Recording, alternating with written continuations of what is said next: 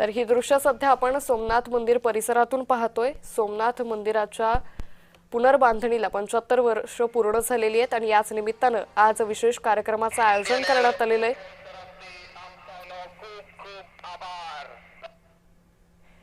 तर हा air show सध्या आपण पाहतोय सोमनाथ मंदिराच्या इथे या एअर शोचं आयोजन करण्यात आलेलं आहे।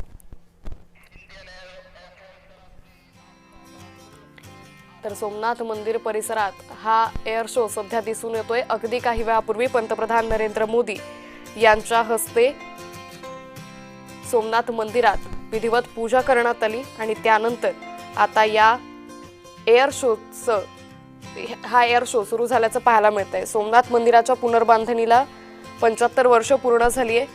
या निमित्तानं आज सोमनाथ अमृत पर्व हे साजरं केलं जातंय।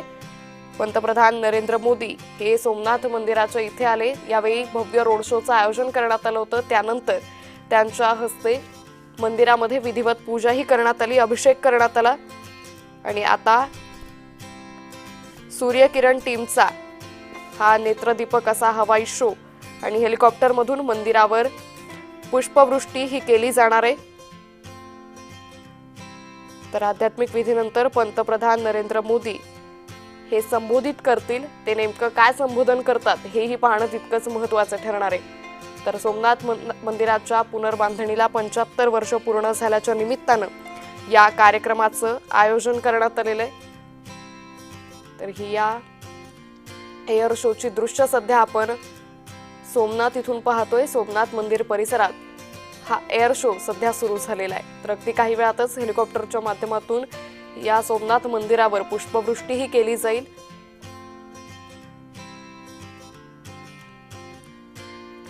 तर विधिवत पूजा झाल्यानंतर या एअर शोला सुरुवात झालेली आहे। पंतप्रधान नरेंद्र मोदी यांच्या हस्ते या ठिकाणी विधिवत पूजा ही पार पडली।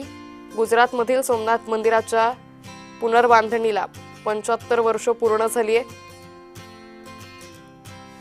तर या ऐतिहासिक घटनेच्या स्मरणार्थ सोमनाथ अमृत महोत्सव हा आज गुजरातमध्ये साजरा केला जातोय।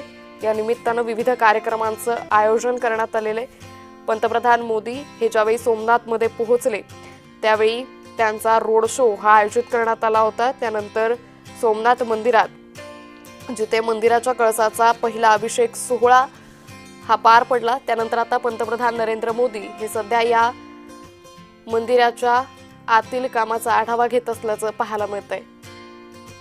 तर वैदिक मंत्रोच्चारांच्या गजरात 11 तीर्थक्षेत्रातील पाण्यानं कळसाचा अभिषेक करण्यात आला। तर 90 मीटर उंच क्रेनच्या सहाय्यानं कलशातील पाण्यानं मंदिराचा अभिषेक करण्यात आला। आता यानंतर हवाई दलाचं सूर्यकिरण पथक हे सध्या मंदिरावरती एअर शो करतंय। यानंतर हेलिकॉप्टरच्या माध्यमातून मंदिरावर फुलांची उधळण ही केली जाणार आहे। ही दृश्य आहेत ज्यावेळी पंतप्रधान नरेंद्र मोदी हे सोमनाथ मंदिरात पोहोचले, त्यांच्या हातून या कलशाची विधिवत पूजा करण्यात आली।